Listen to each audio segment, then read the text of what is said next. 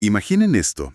Jerusalén, más o menos 1980. Ajá. Unos niños están jugando entre los escombros de una tumba recién demolida y de repente encuentran un cráneo humano antiguo. ¡Wow! Una imagen fuerte para empezar. Sí, súper perturbadora, claro. Estaba intacto salvo por la mandíbula inferior. Y bueno, aunque suena a una escena de terror, en este análisis profundo que estamos haciendo hoy, funciona como la metáfora perfecta. Totalmente de acuerdo. Porque la historia oculta, sin importar cuántas capas de concreto o, digo, de negación oficial le pongan encima, siempre encuentra una grieta para salir a la superficie. Exacto. Y la misión de nuestra inmersión de hoy es justamente examinar esas anomalías, las que se están filtrando por esas grietas. Que no son pocas, la verdad. Para nada. El material que tenemos sobre la mesa hoy es súper denso y francamente muy oscuro. O sea, hablamos de testimonios directos, registros operativos clandestinos, diarios de investigación, Que detallan de todo. de todo. Desde arqueología prohibida hasta redes globales de tráfico, biotecnología que opera sin ninguna supervisión y lo que parece ser, digamos, la arquitectura completa de una gobernanza mundial. Sí, el objetivo aquí para nosotros es conectar todos estos puntos. Porque parecen aislados, pero queremos que quienes nos escuchan entiendan el mecanismo detrás de todas estas narrativas. Porque todo está conectado al final. Exactamente. Y a ver, si un cráneo en Jerusalén les parece una anomalía, lo que muestran los informes sobre la estación Neumayer 3 en la Antártida simplemente desafía cualquier explicación lógica o geológica. Si eso es de otro nivel, nos trasladamos a una inmensidad de hielo prístino, ¿no? ¿Se escuchan? Extraer un núcleo de hielo no es solo hacer un hoyo en la nieve. No, claro que no. Es extraer un cilindro que sirve como un registro cronológico intacto del clima de la Tierra a lo largo de milenios. Es historia congelada. Literalmente. Y el problema es que al llegar a los 70 metros de profundidad no encuentran variaciones climáticas.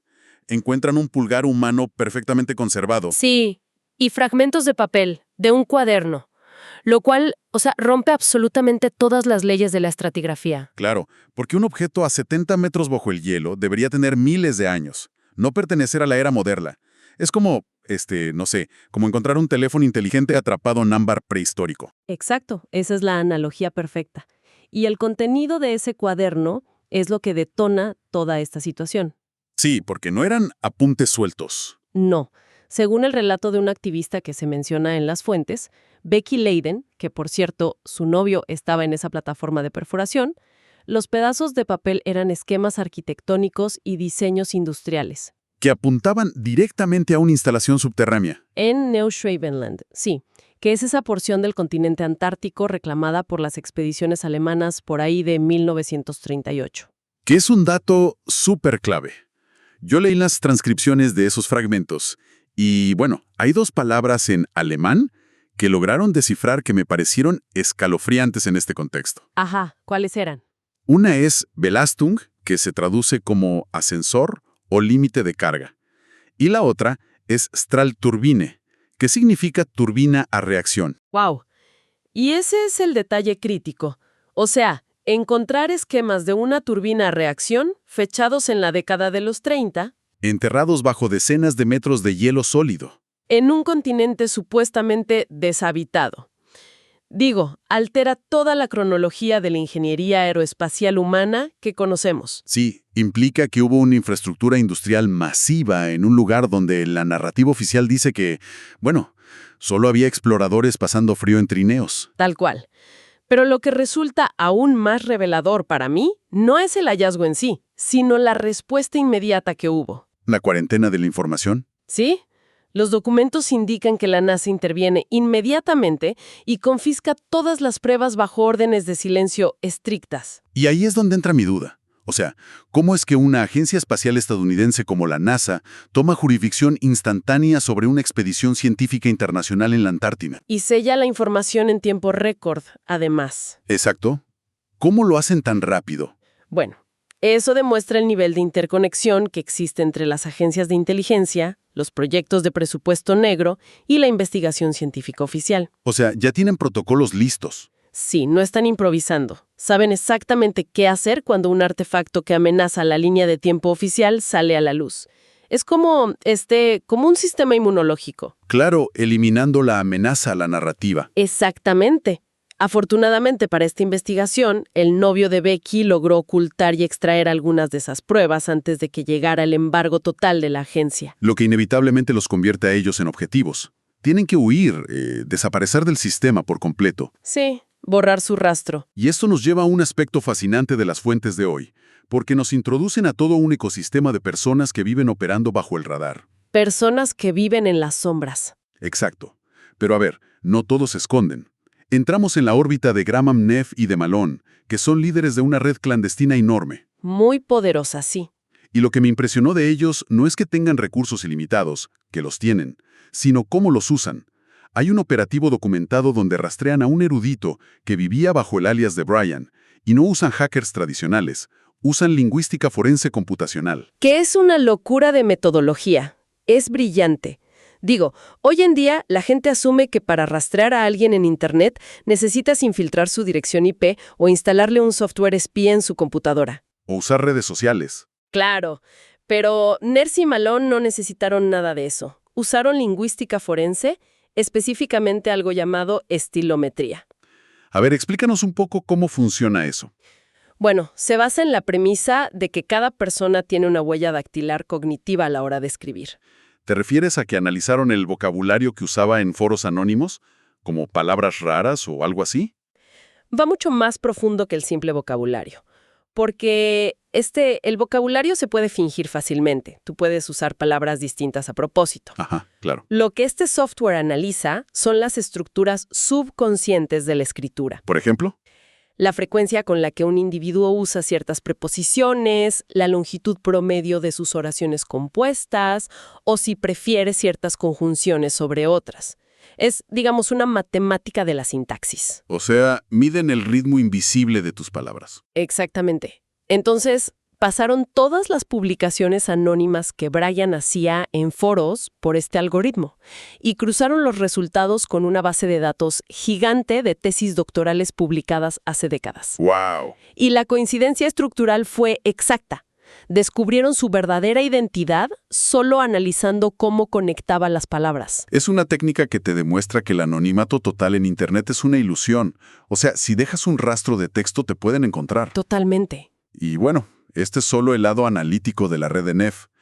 Porque cuando pasamos a la parte de sus operaciones de campo, la lectura de los documentos se vuelve sumamente cruda. Sí, es muy fuerte. Operan como una especie de red de logística física en la sombra. Es como una dark web, pero en el mundo real, con personas. Sí, con consecuencias reales. Hay un relato muy específico, en África, en Sudán. Neff se sienta a negociar con un caudillo guerrillero, el comandante Bahar, y la transacción que describen es grotesca. Literalmente está comprando a niñas y mujeres que fueron secuestradas. Sí, y el método de pago es lo que te deja pensando. Paga con barras de oro macizo. Oro y armas. Cajas de rifles de asalto con especificaciones militares, armamento israelí de última generación y chalecos balísticos. Es una locura. Digo, paga a cientos de miles de dólares en valor táctico a un señor de la guerra, solo para adquirir a estas víctimas y luego poder trasladarlas a orfanatos seguros que ellos mismos financian en todo el mundo. Y la crudeza de ese intercambio te deja una sensación muy, muy pesada como lector. Porque si ves los hechos fríamente, están armando y financiando a un grupo paramilitar brutal. Claro. Un grupo que va a usar esos rifles y ese oro para someter a más personas en el futuro. Todo con el fin de liberar a las víctimas que tienen enfrente en ese momento. Es, digamos, una economía del rescate brutal que ignora por completo la ley internacional. Es que ellos operan bajo un pragmatismo muy oscuro. La filosofía detrás de los métodos de Neff es la convicción total de que las instituciones diplomáticas o las burocracias internacionales son demasiado lentas, ineficaces o francamente a veces son cómplices. No sirven para salvar vidas en el momento. Exacto. Cuando te enfrentes a una maquinaria de tráfico humano que no respeta fronteras ni leyes, responder con resoluciones pacíficas de la ONU no va a salvar a nadie esa noche. Tristemente cierto. Entonces, la red funciona bajo este principio. El capital ilimitado, la violencia calculada y la falta de supervisión son las únicas herramientas reales para perforar esos males sistémicos. Para ellos es un juego de suma cero. Y cuando la diplomacia del oro y de los rifles de asalto no es suficiente, escalan a la fuerza bruta de una manera que resulta súper desconcertante. Sí, cambian de marcha por completo. Hay otro rescate, que está detallado en el material, que ocurre en Norteamérica.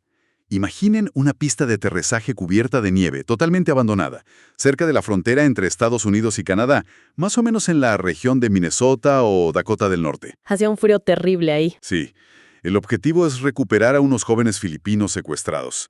Llega Neff con su equipo operativo, que incluye especialistas como Clarice, Neely y Madison, y llegan en 2 helicópteros Puma. Pero, el armamento que despliegan no es nada convencional. No, para nada. La descripción de esa emboscada es clave para entender el nivel de tecnología al que tienen acceso estas redes clandestinas. Digo, no estamos hablando de un simple tiroteo entre bandos. No. Despliegan un dispositivo llamado LRAD, que es un dispositivo acústico de largo alcance. Y junto a eso usan tecnología de pulso electromagnético, un EMP. Y aquí me detuve varias veces mientras leía esa sección, porque parece tecnología de una película de ciencia ficción. O sea, ¿cómo logras neutralizar vehículos hostiles que están llenos de traficantes armados hasta los dientes, usando solo un cañón de sonido y un pulso electromagnético? Es física pura. Pero, ¿cómo funciona el mecanismo ahí? Es física aplicada al control de masas, pero llevada a un extremo letal. Mira, el cañón EMP emite una ráfaga súper intensa de energía electromagnética. Ajá. Esto induce corrientes masivas en cualquier circuito electrónico cercano. Básicamente fríe los microprocesadores y los alternadores de los motores de combustión moderna, y todo esto sin necesidad de una explosión térmica. ¿Así, en silencio? Sí, los vehículos de los secuestradores, simplemente se apagan. Se convierten en toneladas de metal inútil deslizándose por la nieve sin control. ¡Wow! ¡Qué efectividad! ¿Y el arma de sonido? El LRAD.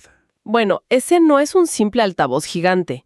Emite ondas acústicas altamente direccionales y súper concentradas.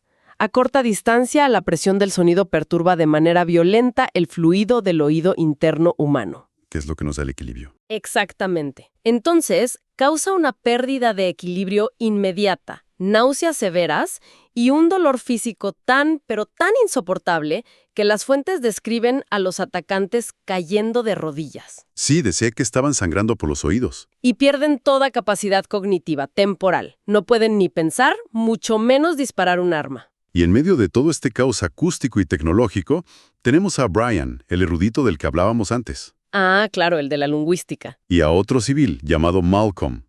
Y a ambos los fuerzan a operar este armamento sónico para mantener la posición durante el rescate.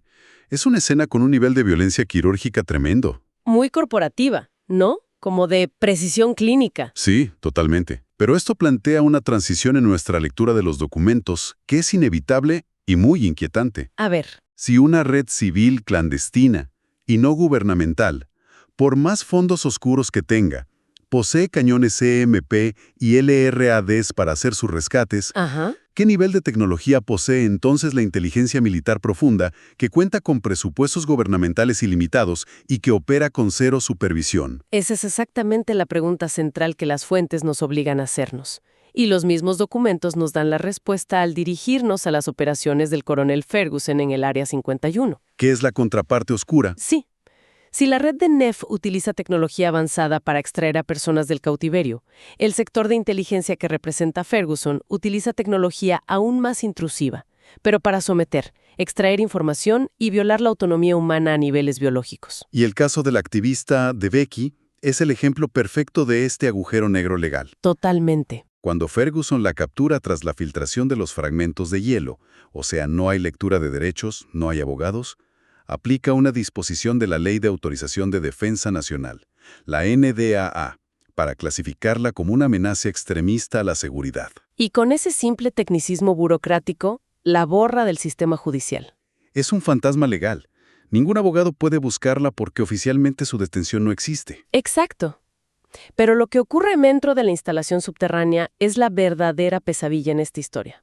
Para sacarle la información, usan una especie de escáner mental. Y quiero que nos enfoquemos en cómo describen este proceso, porque no suena a un detector de mentiras estándar de la policía. No, en absoluto. Las notas de investigación lo describen como una evolución hipertecnológica de los infames experimentos MK Ultra de la CIA, pero combinada con neuromapeo. ¿Cómo funciona exactamente? El mecanismo sugiere someter al cerebro a estímulos visuales y corrientes de estrés extremo. Esto obliga a las vías neuronales a iluminarse, digamos, o a disparar recuerdos específicos de manera involuntaria. O sea, te fuerzan a recordar. Literalmente. La máquina fuerza una reproducción visual en la corteza cerebral del sujeto mientras monitorea y extrae esos datos como si fueras un disco duro. ¡Qué tortura! Lo es. El trauma de obligar al cerebro a acceder y volcar la memoria a la fuerza es tan violento que provoca convulsiones y vómitos inducidos por el dolor en el sujeto. Digo, no es que la hagan hablar bajo presión, le están arrancando el contenido de la mente de manera cruda. Es la invasión definitiva de la privacidad. Ya no te quitan solo tu libertad física, te quitan la soberanía de tu propia conciencia. Que es lo último que nos queda, ¿no? Sí, pero los registros van incluso más allá del cerebro, adentrándose en la biotecnología. Hay testimonios devastadores de 2 mujeres, Melissa y Dee, que están retenidas en esa misma base militar. Ese caso es terrible. Ambas descubren que están embarazadas y en el caso de Melissa, de gemelas. Pero los registros son súper claros. Ninguna había tenido intimidad física en meses o incluso años. No, porque son víctimas de implantes nanotecnológicos y de procedimientos clandestinos. In vitro forzado. Sí, las descripciones apuntan a fecundación in vitro forzada e implantes biotecnológicos microscópicos introducidos en sus cuerpos sin que ellas supieran nada. A Dee, de hecho, le tienen que extraer un implante de rastreo profundamente incrustado mediante una cirugía encubierta. Sin anestesia, según leí. Sí, sin anestesia real para evitar activar las alarmas biométricas de la base que monitorean su ritmo cardíaco. En estos programas oscuros, el cuerpo humano deja de ser sagrado y se convierte en una placa de Petri, un experimento biológico militar. Y esto nos lleva a una de las revelaciones más controversiales de todas estas fuentes. Y aquí quiero hacer una pausa para enmarcar esto adecuadamente. Claro. Para quienes nos escuchan, recuerden que solo estamos analizando y reportando de manera imparcial lo que dicen estos documentos desclasificados y testimonios. Así es. No estamos tomando ninguna postura, solo exponemos el texto. Exacto. Según el análisis que proporcionan estas fuentes, esta experimentación humana extrema y secreta está ligada a la supuesta creación de los llamados extraterrestres grises. Sí. La tesis que presentan estos registros sugiere que la cultura popular ha sido moldeada intencionalmente para creer en visitantes intergalácticos. Pero, en realidad, estas entidades grises podrían ser cuerpos biológicos artificiales. ¿Fabricados aquí? Ajá. Drones hechos de tejido, creados mediante esta misma biotecnología y experimentación genética en bases subterráneas en la Tierra. Serían una fachada perfecta.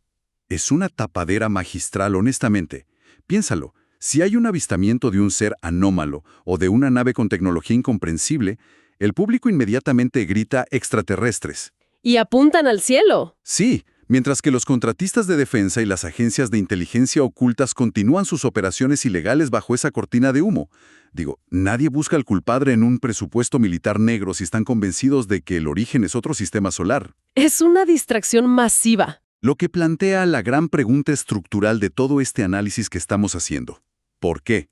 Ajá, el propósito final. Todo este esfuerzo titánico, desde el ocultamiento bajo el hielo antártico de la base nazi, el desarrollo de armamento acústico, la extracción de memorias y esta manipulación genética a nivel Dios, requiere de una logística que desafía nuestra imaginación. No hacen esto solo por hacerlo. No es un fin en sí mismo, claro que no. Las fuentes postulan que el objetivo final de toda esta infraestructura es consolidar un modelo de gobernanza global absoluta. Un control totalitario. Y es fundamental observar cómo detallan el mecanismo de esta toma de poder en los documentos.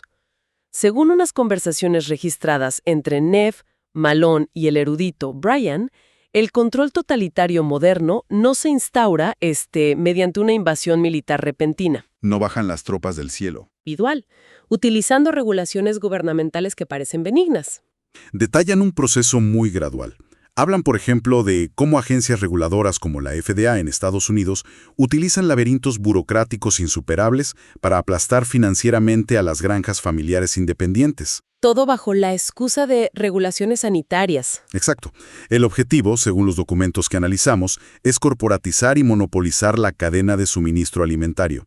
Si controlas el acceso a la comida y su distribución, controlas a la población. Mencionan mucho la Agenda 21 y el Códex Alimentarios en los textos, interpretándolos como los cimientos de una burocracia supranacional diseñada para dictar desde qué semillas es legal plantar hasta qué nutrientes puedes consumir, todo empaquetado bajo la justificación de la sostenibilidad global. De nuevo, mantenemos nuestra imparcialidad al mencionar esto, pero es la teoría política que las fuentes presentan. Sí, la premisa que exponen es crear una dependencia total del Estado o de corporaciones gigantescas. Pero ojo, la centralización económica y alimentaria es solo, digamos, la preparación del terreno. La base de la pirámide. Ajá. Para lograr que la población mundial entregue voluntariamente sus libertades constitucionales y acepte una autoridad global unificada, se requiere un catalizador psicológico masivo, un shock. Y aquí es donde los registros citan la escalofriante advertencia atribuida al científico pionero Wernher von Braun, revelada a través de su colaboradora, Carol Rosen. Esa parte del documento es clave. Este es posiblemente el punto más maquiavélico de toda nuestra investigación hoy. Según la advertencia de von Braun, el complejo militar industrial diseñó hace décadas una hoja de ruta, una secuencia súper meticulosa de falsos enemigos para justificar la expansión perpetua de los presupuestos de defensa. Y eventualmente justificar la militarización del espacio. La secuencia, tal como la delinean los textos, sigue un patrón muy claro de escalada en la percepción de amenaza. ¿Cómo va esa secuencia? Primero, la narrativa oficial se centró en naciones enemigas, como el bloque soviético, durante la Guerra Fría. Claro, el enemigo tradicional. Cuando esa amenaza se agotó y ya no justificaba el miedo, el nuevo enemigo invisible se convirtió en el terrorismo global. Ajá. Luego, el enfoque pasó a las llamadas naciones rebeldes o estados fallidos. Posteriormente, decían que la narrativa se dirigiría a las amenazas desde el espacio, comenzando por los asteroides. Preparando el miedo a mirar hacia arriba. Exacto. Pero la carta final, el as bajo la manga para consolidar el control definitivo sobre la humanidad, Es la amenaza extraterrestre. fabricar un evento alienígena. Fabricar, a través de tecnología avanzada oculta, como clones biológicos e ingeniería inversa, la ilusión de una invasión o una presencia hostil de otro mundo. Y el cálculo psicológico detrás de esto, la verdad, es brutalmente lógico. Juega con el instinto de supervivencia más básico. Sí, si convences a 8.000 millones de personas de que hay un enemigo letal en órbita, todas las divisiones políticas nacionales y culturales colapsan bajo el peso del pánico. Desaparecen por completo. La humanidad entera rogaría por un gobierno militarizado global que los proteja, entregando con gusto cualquier ilusión de privacidad o libertad a cambio de seguridad. Y los documentos señalan que la infraestructura para manipular esta percepción global ya existe. Hacen referencia a operaciones históricas de influencia mediática de la inteligencia. ¿Como la Operación Mockingbird? Exactamente. Operaciones diseñadas para insertar narrativas específicas en los principales medios de comunicación. Digo, si controlas la biotecnología para crear entidades anómalas y posees naves que superan la aerodinámica conocida. Y además controlas los canales de difusión masiva. Fabricar un evento cósmico se convierte simplemente en un problema de logística. Esta es la razón por la que el análisis crítico de la información es vital, que es el punto principal de las fuentes. Comprender cómo se manufactura el miedo a escala industrial es, según los documentos, el único antídoto real contra este pánico diseñado. ¡Wow! Para recapitular un poco el laberinto que hemos recorrido hoy, hemos visto cómo se silencia la historia geológica en la Antártida, hemos visto cómo la lingüística forense y el armamento electromagnético operan en un ecosistema de tráfico humano en la sombra. Sí. Analizamos los oscuros métodos de extracción mental y violación biológica en proyectos militares profundos, y cómo todo esto podría ser el engranaje para orquestar la mayor ilusión de amenaza cósmica jamás diseñada, con el fin de centralizar el poder humano. El nivel de ingeniería social que sugieren estos documentos, la verdad, es asombroso. Lo es. Muestra un panorama muy perturbador donde la realidad está siendo editada en tiempo real. Y la advertencia central de las fuentes es que la tecnología ya no se usa solo para observar o modificar el mundo físico, sino para reescribir la biología y la percepción de todos los que lo habitamos. Es una reflexión muy pesada. Pero hay un último misterio. Así, el hilo suelto. Sí, un hilo suelto en estos documentos que queremos dejar para que nuestra audiencia lo analice por su cuenta. A lo largo de todas estas páginas de registros, aparece de forma recurrente un joven. Un muchacho de 18 años llamado Cameron. A quien le dicen el Silent One. El silencioso, sí, porque es mudo. Pero su mente funciona de una manera extraordinaria. Es un prodigio absoluto para leer patrones en mapas celestes. Puede ver cosas que las computadoras pasan por alto. Y resulta que este joven trabaja, en secreto, ayudando a un astrónomo muy particular, el padre Mantello. Un astrónomo del Vaticano. Así es. Y este detalle altera todo el rompecabezas que acabamos de armar. Los registros indican que el padre Mantello le envía constantemente a Cameron secuencias de fotografías densamente encriptadas del cielo nocturno. ¿Imágenes capturadas directamente desde los potentes telescopios del Observatorio del Vaticano? Sí, el que está ubicado en Castel Gandolfo. Y Cameron está identificando anomalías masivas en esas secuencias que son totalmente reales. Así que esto nos deja con una contradicción fascinante para reflexionar y llevarnos a casa.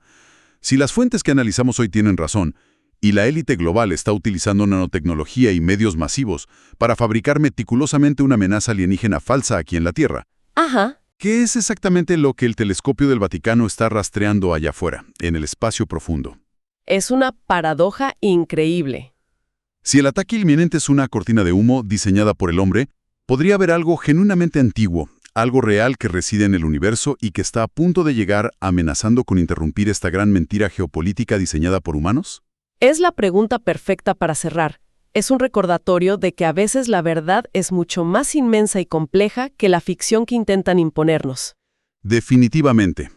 Gracias por acompañarnos en este análisis profundo. Sigan cuestionando las capas de la historia que nos rodea. Nos escuchamos en la próxima.